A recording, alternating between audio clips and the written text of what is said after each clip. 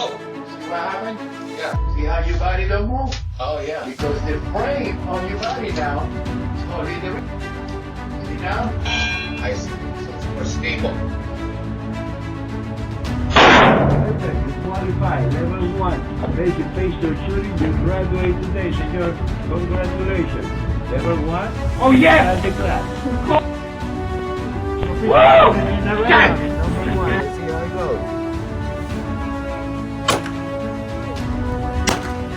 10, 11, 12, 13, 14, 15, 16. Yes!